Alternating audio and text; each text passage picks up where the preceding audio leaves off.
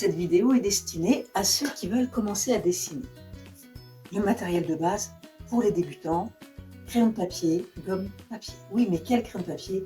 Quel papier? Tout ça a sa petite importance et je vais vous le développer dans une introduction. Ensuite, nous allons progresser sous 10 étapes.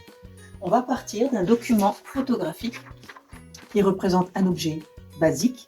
Vous pouvez choisir l'objet que vous voulez. Je ne vous conseille pas de démarrer tout de suite par le portrait, surtout si vous êtes un grand débutant. Et là, nous allons essayer de placer notre sujet dans la feuille, le calibrer, respecter ses contours et ses proportions, et ensuite nous attaquer aux différentes valeurs de gris qui vont le composer, dans ses ombres propres et ses ombres portées. Allez, en 10 étapes, on y va?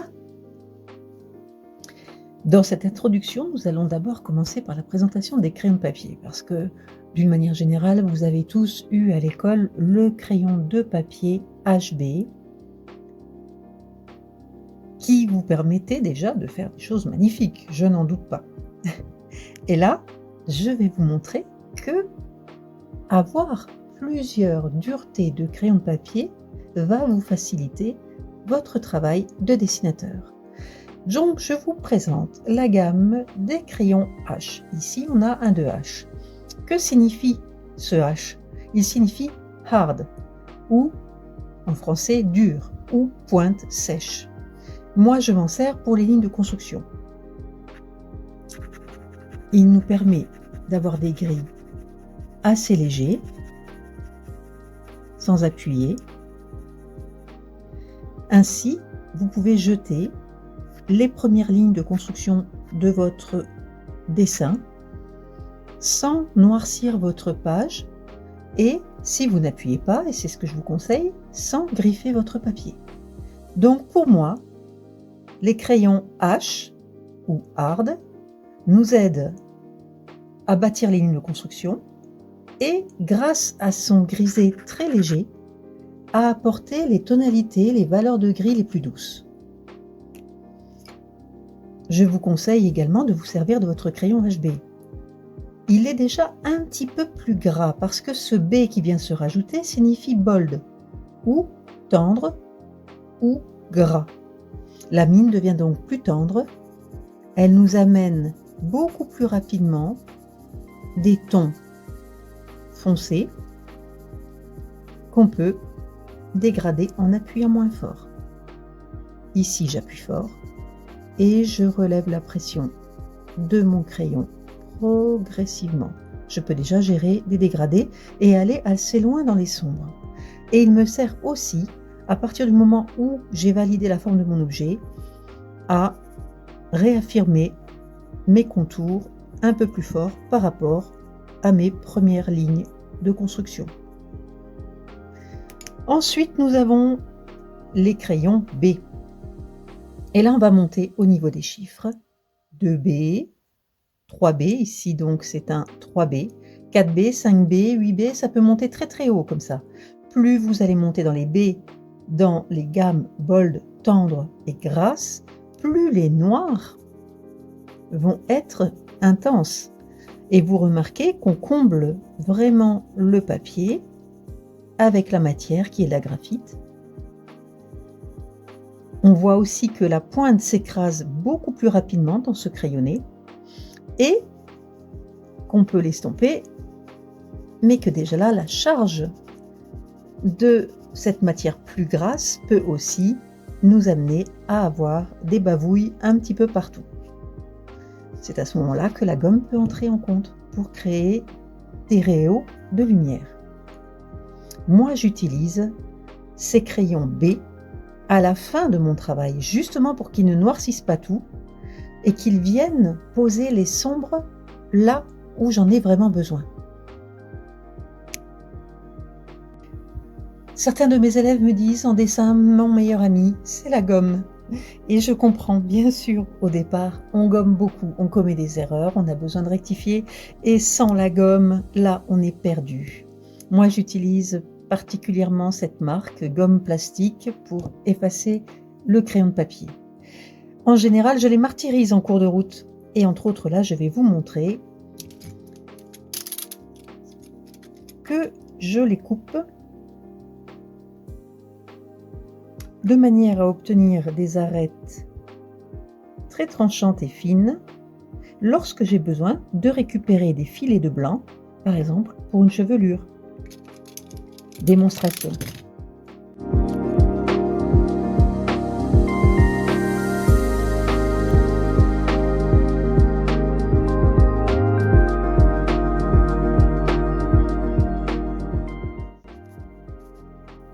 Grâce à ces fines arêtes, on peut récupérer de la lumière si on a passé du crayon de papier là où il ne fallait pas. Le dernier élément hyper important quand on dessine au crayon de papier, c'est le papier, c'est notre support. Tous les papiers n'ont pas les mêmes qualités. Ici, vous avez une feuille de papier C à grains, c'est celle qu'on utilise dans les pochettes à dessin dans tous les collèges et les lycées. Vous remarquerez que ce papier a deux faces qui ont des textures différentes. Vous aurez une face assez lisse et vous aurez de l'autre côté une face beaucoup plus rugueuse. Si vous avez tendance à vouloir faire des dessins extrêmement léchés, ombrés, où vous allez estomper beaucoup, je vous conseille de vous servir de la surface la plus lisse. Si vous aimez la texture, le grain qui ressort, y aller avec des crayons gras et faire apparaître les matières, là, oui, choisissez la partie beaucoup plus granuleuse. Vous pouvez acheter dans le commerce des blocs de papier à dessin. Il faut que vous soyez capable de lire les indications qui sont notées dessus. Elles vont vous donner des informations précieuses par rapport à ce que vous en attendez. Ici, par exemple, vous avez papier à croquis, à grains fins, sans feuille format A4, avec les dimensions et le grammage. Nous avons 89 grammes par mètre carré. Un grammage de 89 grammes va vous donner un papier assez fin. Moi, je vous conseille ces papiers-là pour des carnets de croquis, de recherche, où vous n'avez pas l'intention finalement d'avoir un produit véritablement fini. Car de toute manière, il va supporter un travail, mais si vous avez l'intention de martyriser un peu ce papier ou de le surcharger, par sa finesse, il risque d'être un peu fragile. Donc, attention au grammage. Je vous montre. Ici, vous avez un autre exemple de papier. Papier dessin épais, lisse. Déjà, je l'ai choisi pour cette qualité de texture lisse parce que j'ai l'intention de travailler avec des estompes et d'avoir des fondus assez délicats. Et puis, son grammage m'intéresse également. J'ai tout un tas d'indications là. 220 grammes par mètre carré. Tout à l'heure, on était dans du 89. Vous voyez déjà la différence. Et lorsque vous allez manipuler votre feuille, vous allez tout de suite sentir la résistance, l'épaisseur de cette feuille. On a aussi ici les indications importantes des techniques que vous pouvez pratiquer sur ce type de papier. Crayon, pinceau.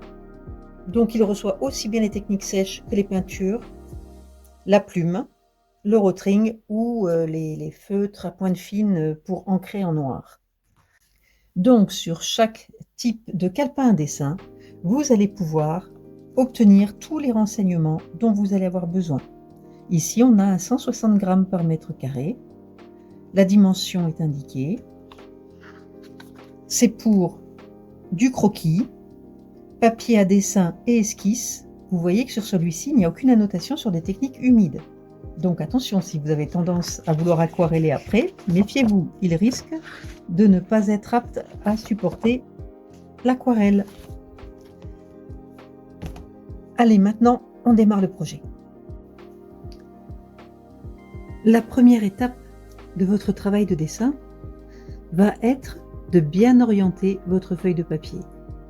Ça peut paraître tomber sous le sens, mais j'ai déjà vu des personnes avec un sujet comme celui-ci dans la hauteur, dans le sens portrait de la feuille, commencer le dessin en prenant leur feuille dans ce sens-là. Suivant le sujet que vous allez choisir, vous allez pouvoir orienter en portrait ou en paysage. Ensuite, je vais vous demander de bien observer votre sujet avant de démarrer.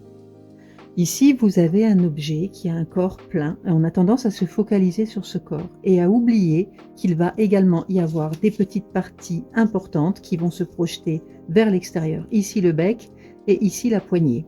Donc quand vous allez dessiner cet objet, c'est tout l'ensemble que vous devez considérer au moment où vous allez le placer dans votre feuille.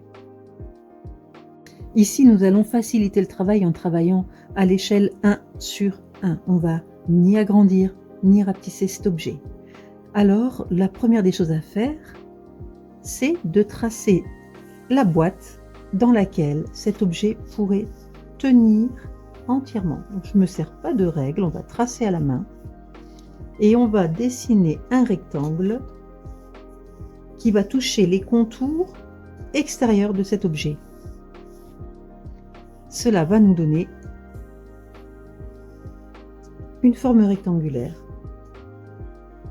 et nous permettre ensuite de redessiner ce rectangle pour placer notre objet dans la feuille. Pour ça, je peux me servir de mes doigts si j'ai pas de règle.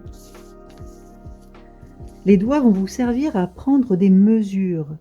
Par exemple, je suis à ça du haut de la feuille. Ok, je bloque mes doigts, je suis à ça du haut de la feuille. Je suis à ça du bord de la feuille. Je bloque mes doigts, tac, je me fais un petit trait.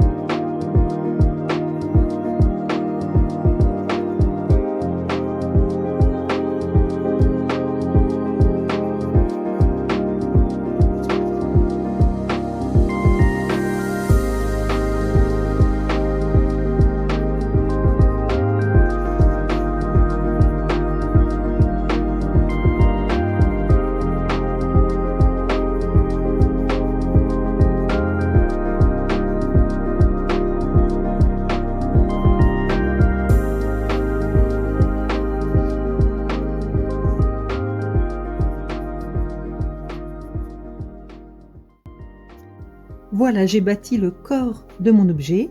C'est l'élément le plus gros. Je vous conseille, quand vous démarrez votre dessin, de placer en priorité les éléments les plus importants. Maintenant, nous allons essayer de voir à quel endroit exactement vont s'accrocher et l'anse et le bec verseur.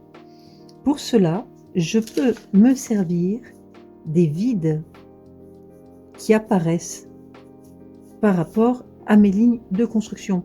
Tout à l'heure, pour bâtir le bas et trouver l'arrondi du bas de cette cafetière, j'ai observé la forme du vide qu'il me restait ici.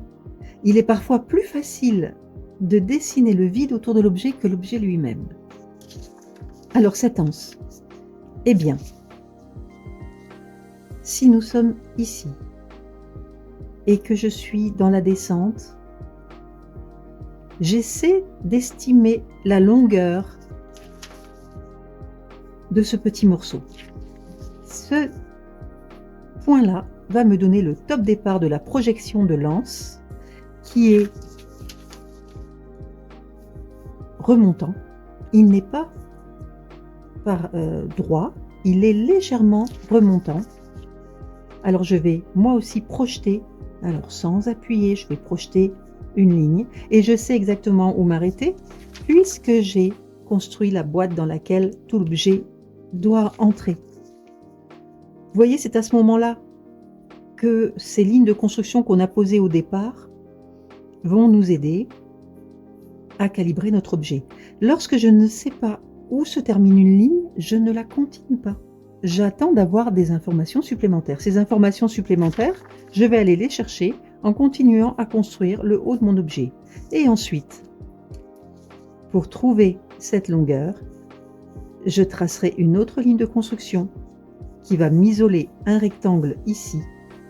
Et ce sera plus facile pour moi de considérer où est-ce que la poignée s'arrête lorsque j'aurai visualisé ce rectangle sur mes lignes de construction. Pour cette partie-là, le vide est également à considérer, de manière à bien gérer l'arrondi de cette anse.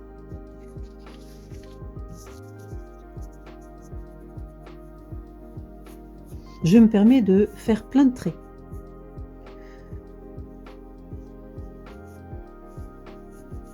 Je peux prendre mes doigts maintenant pour vérifier cette hauteur. Vous voyez, comme j'ai fait tout à l'heure, je reprends mes doigts, mon rectangle est haut comme ça, mon rectangle est haut comme ça. Ok, j'arrêterai mon anse ici. L'anse me laisse cette partie-là en vide. Je la considère. De cette manière, c'est plus simple pour moi de bâtir mon objet.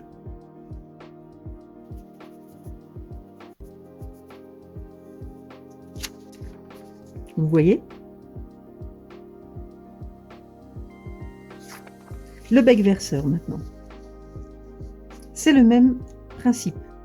Mais en plus, comme j'ai placé cet objet-là, il peut me servir de référent pour savoir où je commence mon bec verseur. Si je trace une ligne droite qui traverse mon objet, mon bec verseur commence en dessous. Par contre, vous observerez que le haut du bec verseur arrive pile poil à l'endroit où l'anse commence de l'autre côté. Allez. Je sais que ça, c'est le haut de mon bec verseur. Je peux maintenant observer ce petit triangle. C'est beaucoup plus simple de dessiner le petit triangle que de s'embarrasser l'esprit avec toute la forme du bec. Voilà, je sais que je redescends, que ça touche le bord, je repars.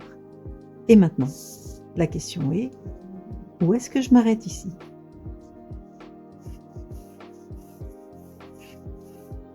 Je vais me servir de la fin de la poignée pour estimer où s'arrête mon bec verseur.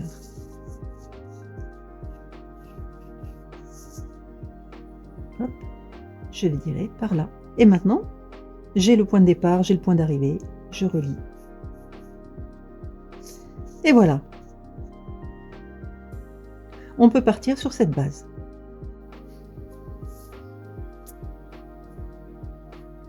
Voilà, j'ai gommé les lignes de construction qui étaient donc faites au crayon 2H et qui sont parties très facilement. Mon objet apparaît pleinement sur la surface de mon papier.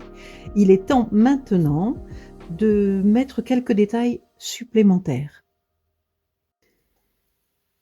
Voilà, j'ai enrichi mon dessin de quelques lignes qui me semblent importantes, où j'ai délimité un peu les reflets qui se situent dans cet objet, les zones qui doivent rester absolument blanches, celles qui seront gris foncé, gris clair, et les noirs totales.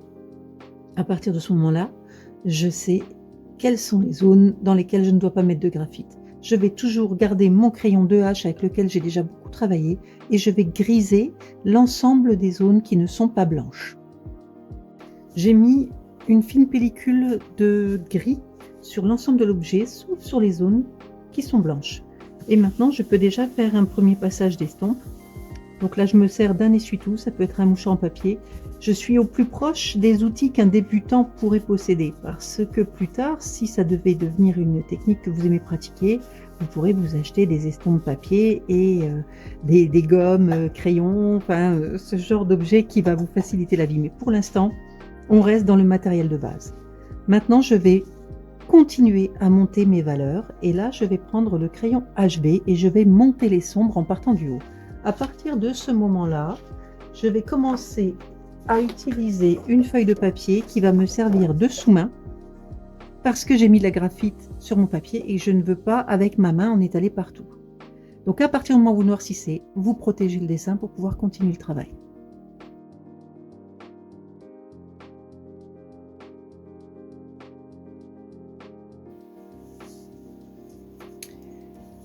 Et maintenant, je vais traiter l'ensemble de mon objet en descendant progressivement et en protégeant toujours mon dessin avec ma feuille de sous-main.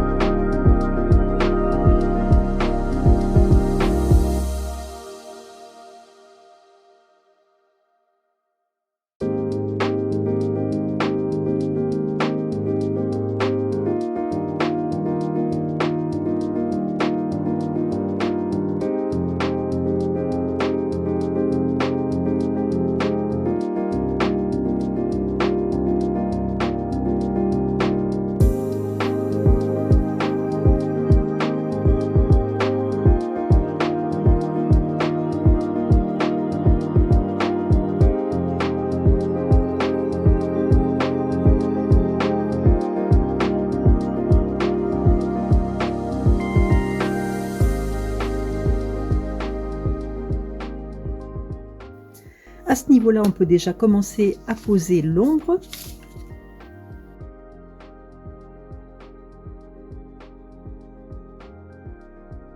En mettant l'ombre, je m'aperçois que mon contraste entre l'objet et son ombre n'est pas assez soutenu.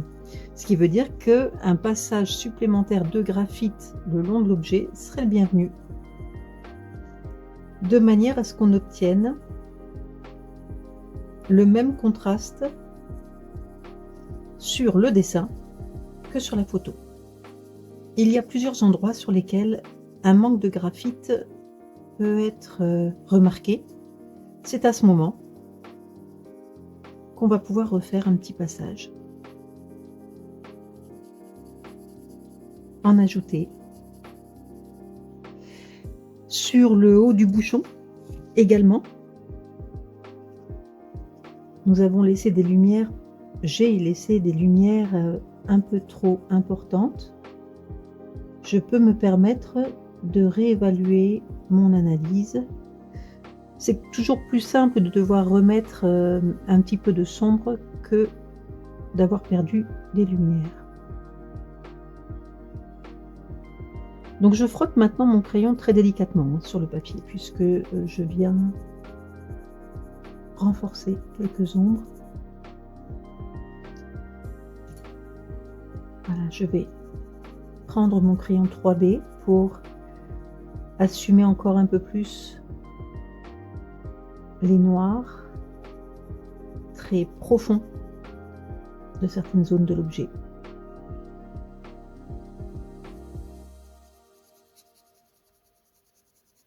Alors ce papier, c'est une vraie peau de pêche, hein. Ça glisse dessus, ça glisse même beaucoup. Et à la fin du travail, il faudrait pouvoir le fixer. Sinon, toute la graphite va s'envoler. au moindre effleurement, se répandre. D'ailleurs, on le voit quand on gomme et qu'on veut enlever les petits bouts de gomme, on entraîne un petit peu de graphite avec.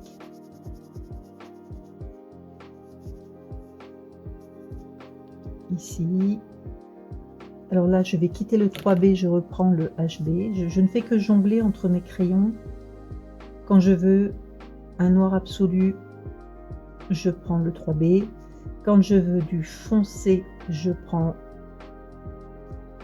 le HB. Et quand je veux un gris léger, là, je prends le 2H.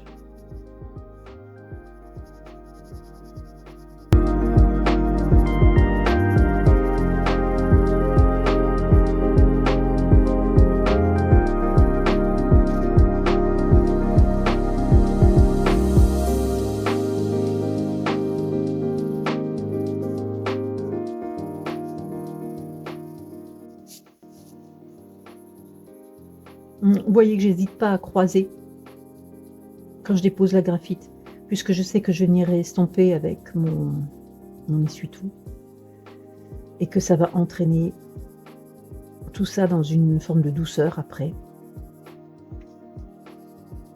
Donc pour l'instant, mon but, c'est de remettre de la graphite sur le papier aux endroits où je trouve que mon objet n'est pas assez sombre. Voilà, je croise.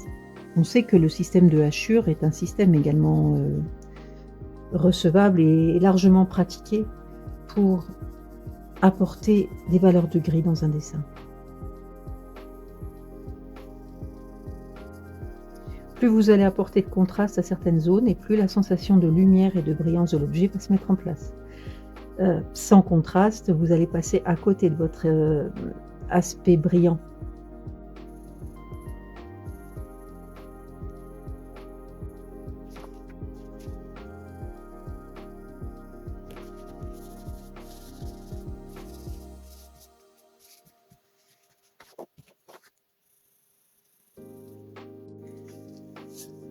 Vous pouvez finaliser votre dessin en le fixant avec une bombe à pastel et graphite. Ici, c'est marqué for pastel, Carocal, graphite and color pencil. Certains ne sont que pour les pastels. Là, vous avez la notion graphite. Allez, on fixe un petit coup, un voile léger. Et voilà votre premier dessin au crayon de papier réalisé. Tous les autres sujets seront les bienvenus. Au revoir.